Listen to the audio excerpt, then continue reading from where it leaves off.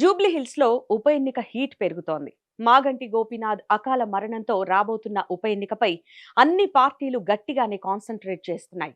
గత ఎన్నికల్లో హస్తం పార్టీ జీహెచ్ఎంసీలో 0 సీట్లతో బొక్కబోర్లా పడింది. అయితే కంటోన్మెంట్ ఎమ్మెల్యే లాస్యా నందిత మృతితో వచ్చిన బై ఎలక్షన్లో బీజేపీ నుంచి వచ్చిన గణేష్ కు సీట్ ఇచ్చి గెలిపించుకుంది. ఇప్పుడు ఇదే తరహాలో జూబ్లీహిల్స్ లో కూడా పాగా వేయాలని చూస్తోంది. ఇందులో భాగంగా ఇప్పటికే గ్రౌండ్ వర్క్ కూడా పూర్తి చేసుకుంది. కానీ అభ్యర్థిని మాత్రం ఇంకా ప్రకటించలేదు.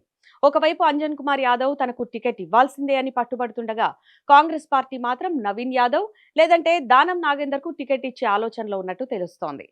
మైనారిటీ లీడర్ కు కాకుండా ఎవరికిచ్చినా తాము కాంగ్రెస్ కు సపోర్ట్ చేస్తామని ఎంఐఎం కూడా హామీ ఇచ్చినట్టు సమాచారం. దీంతో నవీన్ యాదవ్ వైపే కాంగ్రెస్ మొగ్గు చూపుతున్నట్లు గుసగుసలు వినిపిస్తున్నాయి. ఇక గులాబీ పార్టీ అయితే దాదాపు టికెట్ కన్ఫర్మ్ చేసినట్టుగానే కనిపిస్తోంది. పీజేఆర్ కుమారుడు విష్ణువర్ధన్ రెడ్డి, మాజీ మంత్రి పువ్వాడ అజయ్ టికెట్లు ఆశించినా బీఆర్ఎస్ మాగంటి సునీతనే అభ్యర్థిగా ప్రకటించే ఛాన్స్ ఉంది. బీజేపీ నుంచి లంకల దీపక్ రెడ్డికి టికెట్ ఆల్మోస్ట్ కన్ఫర్మ్ అయినట్టే. మరి ఈ 3 పార్టీల్లో టికెట్ దక్కేదెవరికి, అందులో గెలిచేదెవరు అనేది తేలాలంటే కొంతకాలం వేచి చూడాల్సిందే.